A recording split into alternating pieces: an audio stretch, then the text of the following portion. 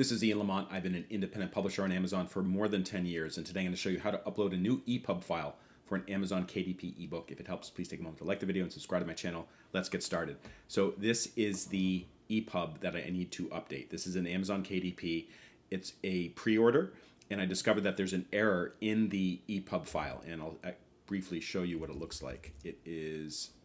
This is looking at it in Apple Books, by the way, but the error was the same because I'm using the same ePub file. Basically, there was a broken link in this section right here. So I fixed that, and I also did a couple other minor tweaks to the ePub file. Now I have a new ePub file. I need to upload it to KDP. Here's how it works. So I'm going to open up KDP, go to your bookshelf. You should see this page. Find your book. You can search for it, or if you know where it is, just find it there. So it says Kindle ebook pre-order live. I'm going to click on the three dots icon over here. That means more actions.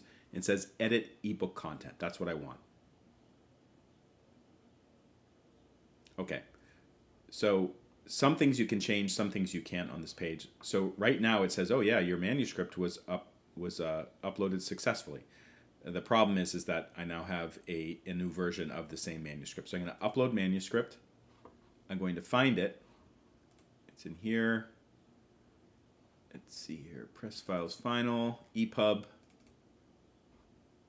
Here it is. And then I'm going to upload it.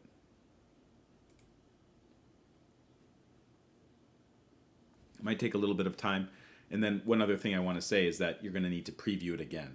And by the way, I suggest previewing it on a hardware device as well as using Amazon's kind of built-in browser previewer. So there's some instructions to complete uploading your file for pre-order. Please click Save and Continue at the bottom of this page and submit for pre-order on the next page. Okay. So I've done that. No change to the cover. That's all set. No change to any of this other information. So it's going to let me save and continue, but I want to preview it anyways. It's not. It seems like it's converting the file, so it's going to take a while. But let's see what happens when I just hit Save and Continue.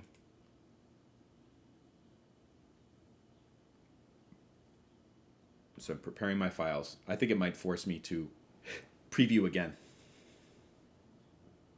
So bear with me while that happens. And actually, while we're waiting for that, why don't we take a look at the Amazon detail page. So you can see my Amazon detail page. It looks good. Pre-order with one click.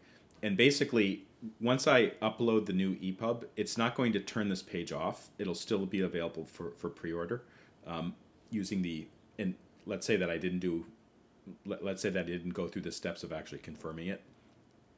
It would still let people pre-order the book, but it would be using the older version of the file.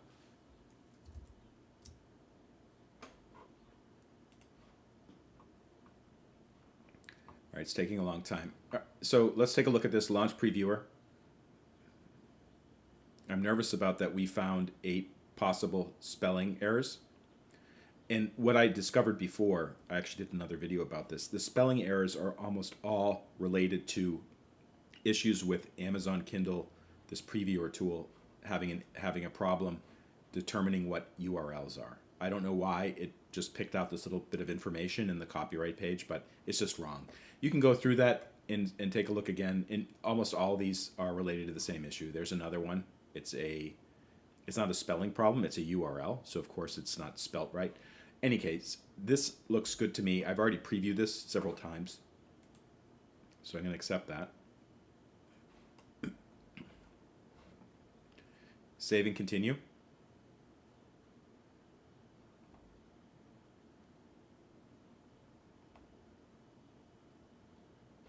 It looks like you made some changes to your manuscript or book cover. Okay, I don't know why this particular message is showing up below the AI generated content, but all right.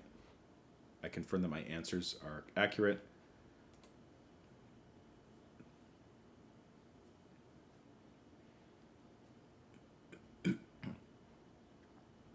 Okay, all of this is the same, no changes there, and I'm going to submit for pre-order.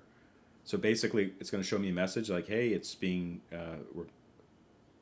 it can take up to 72 hours for a title to be available for purchase on Amazon. So there's some internal review that takes place, but I think I'm good. Click done. And we're good to go. If this video helped, please take a moment to like it and follow me. Also, if you go to leemedia.org, that's my official website, click on blog, and then search for KDP. I have many more articles and advice about using Amazon KDP. I've been using this tool since 2012, so I have a lot of advice to share. Thank you so much for watching.